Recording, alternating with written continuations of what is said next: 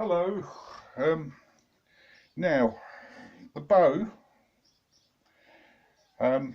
what I'm doing here, I've got it down until all the hairs are completely separated from each other. And what you do, you slap it on something and shake it about, and you see all this powder and rosin come out. And this is de-rosin the bow. It needs to be done as part of the maintenance on your violin, and it does help because with your whistling E strings, to say, if we go on that subject again, but you've actually putting fresh rosin on, so you do it back up again.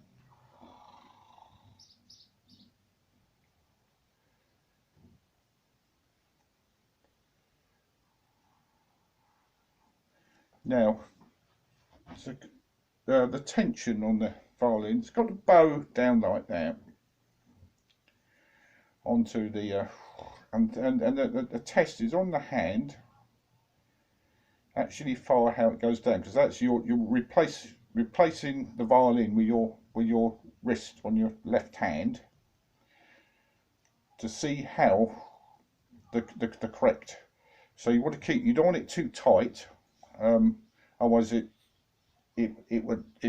won't stay on the strings, and that means you've got to put pressure on, which we don't do. We glide, and when we come to the violin, the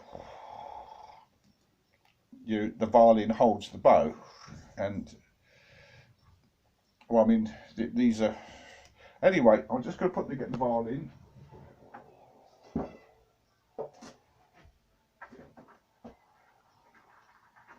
Before I get the violin, I've got the rosin.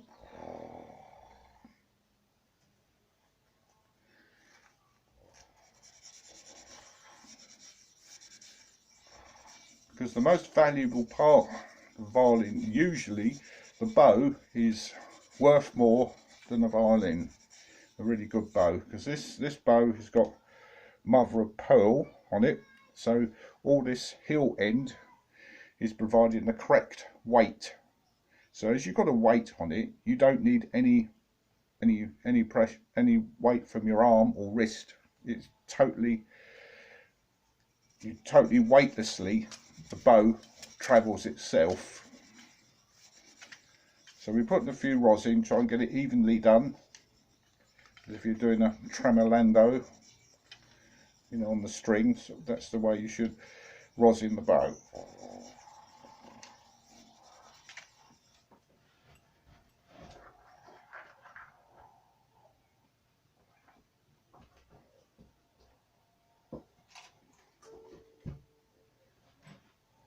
Right, helps with the chin rest. And the chin rest, well, this is not the chin rest, this is the shoulder rest, beg your pardon. You put it on the opposite way round, that this is sloping up. If I can get it on. Ah, dear, misbehaving. There we go. Seems to jump off there. Needs some adjustment doing there. So it goes on like that, and it's just sloping up, so that you've got your shoulder, your hands is totally free, and of course the bow just sits on. The left hand is totally not holding the violin either, because you know, you won't be able to do any position changes or anything else. And it gives you more manoeuvrability of the hand as well.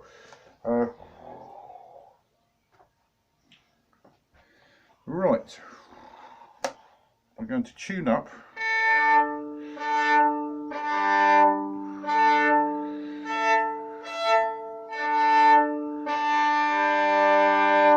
You don't need to over rosin it, your bow. I think people put too much rosin on it.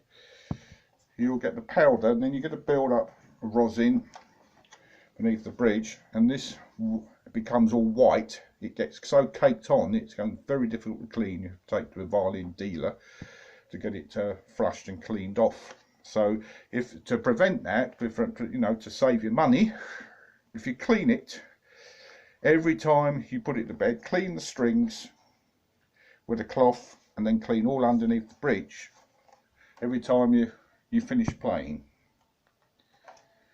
Right, now we're going to play something now. It's called the Overdrawn Cup of Tea, and the reason why this is called Overdrawn Cup of Tea, well, it's got two names. It's got Cup of Tea, which is for brilliant Irish players that can get it first time, but like me, as I wasn't brought up on Irish music, if I make a cup of tea, the cup of tea will be stewed and cold before I've learnt how to play it.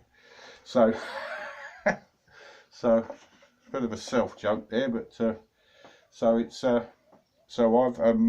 I'm using Kevin Burke's recommended bowing, because it's all quaver movement, virtually all quaver movement in this. So it's started on the up bow, 3 up, 3 down, 2 separate, but it does come in waves. I can see how the actual rhythm builds up through the bowing, and it takes some concentration. It's like driving your car on the right hand side of the road and left hand drive. You've got to think about what you're doing before it comes second nature to you.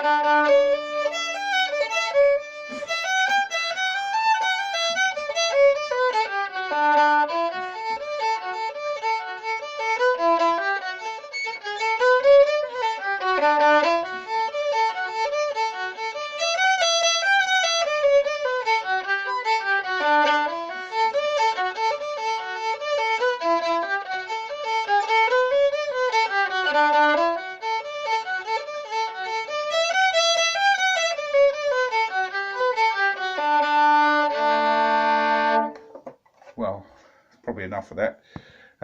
So I, you know, with my mind, I think it's got to be done by memory, obviously, when reading the dots. But if you do it every day and discipline yourself to do that, it does some good. And of course, with the violin maintenance as well, it all helps. So hopefully this video has helped a few people with their violins and making them think to look after their instrument. It's like anything, you've got to preserve and look after everything, especially with times like this. It's the same with your voice. Look after your voice, look after your instruments, and keep practicing, maintaining, and you'll be better players and singers, better people when the lockdown's finished. Thank you.